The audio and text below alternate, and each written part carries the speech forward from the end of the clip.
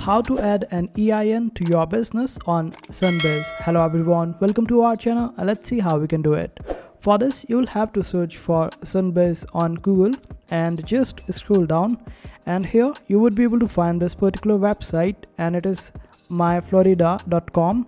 Just simply open up this one and it will take you over here. Now here you would be able to find the option of manage change existing business.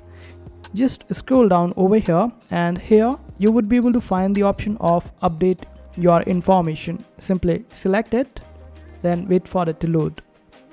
And here you would be able to find the option of this particular hyperlink, the first one, which says update the entity's current email address, EIN and address. Simply select this one and it will redirect you over here.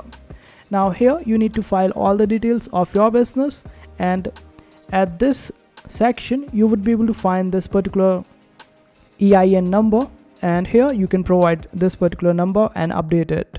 In case if you want to find out the details of your entity, you can simply open up the first link to this particular search and it will take you to this particular section. Here you can type the entity name of yours and search for it.